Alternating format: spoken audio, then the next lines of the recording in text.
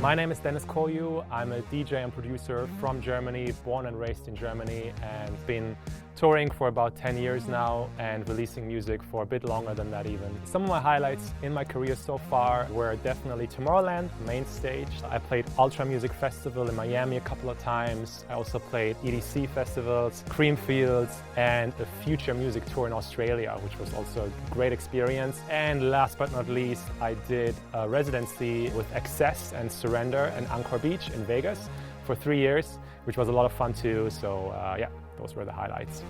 My advice in today's industry for newcomers is that I think it's more important than ever to try to stand out, because the market is pretty oversaturated and because technology is so available and accessible. On the one hand, it's an advantage to get into music production, but on the other hand, it's also, of course, more difficult to stand out. So in order to get to that point, you have to try to create your own signature sound and be unique.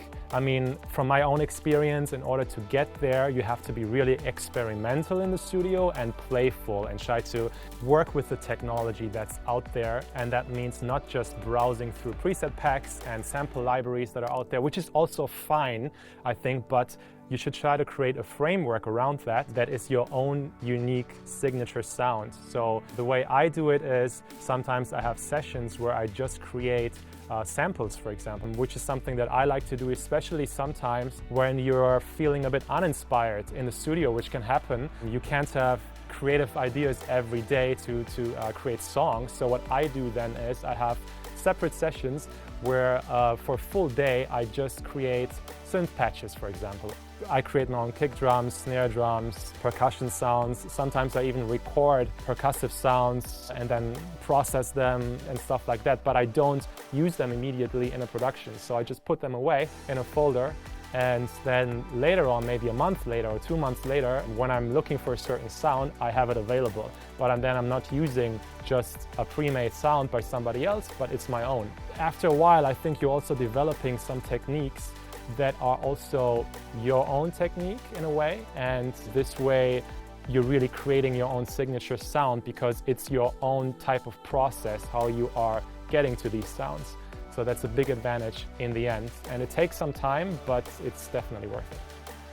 Plugin Alliance approached me recently to create some patches for the Oberhausen, which was really cool because, first of all, I have been a huge fan of the Oberheim synths for as long as I can remember, really. And I also got one hardware synth, which is the OB6, which I've used in many productions already in previous years. So I've been a big fan of that synth. So I was immediately interested in the Oberhausen synth when I heard about it first time. So it was really cool that Plugin Alliance approached me and asked me to do some presets for it. In the Oberhausen, I mean, there's tons of features that are really interesting. I think to me, what is the most interesting when I look at it in total at the big picture is that it's actually a really simple synth, and it's a very simple architecture, but the sonic possibilities are really large, right? That's part of it is because of the filter.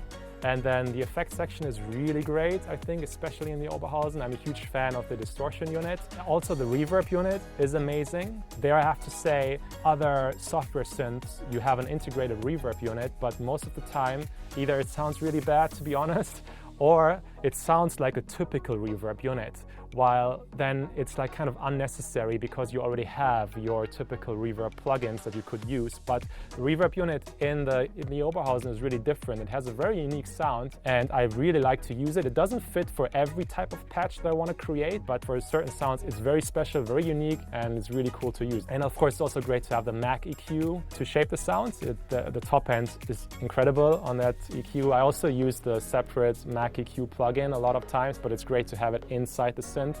Being on the road a lot and touring, it means that you really have to learn how to produce on the road. And that was something that I actually was struggling a lot in the first couple of years while I started touring. It's really a very different process, for me at least, producing on a laptop with headphones compared to sitting in a studio like this. Ideally, I just want to use my laptop, maybe one USB extension with a couple of dongles if that's necessary, my headphones, and that's it. I don't want to use an extra hardware unit just in order to run great plugins. So with Plugin Alliance, I get top-notch quality and everything is native. And this is what I need on the road. Just in general, honestly, I use tons of stuff from Plugin Alliance. I think what's great about it is you have all the mixing plugins that are really top quality for mixing processes, and then also the creative side you got covered as well, and there's tons of stuff in there as well that's really helpful and inspiring. So a couple of exciting projects that I have in the pipeline at the moment are some collaborations. One exciting collaboration is with my friend Nikki Romero, which is a vocal song that we are currently working on that should be finished soon. And then I have another collaboration with my friends Magnificence from Holland, which is a song that's coming out on Musical Freedom, Tiesto's label, and he is premiering it at Ultra Music Festival in Miami, which we are really excited about. So those are some songs that are in the pipeline. And then another exciting project that I have that I'm working on at the moment is a new show production that I'm gonna premiere as well pretty soon. So this includes some new visuals and a new light show, which is something that I've never done before yet. So that's really exciting for me as well, and I can't wait for that.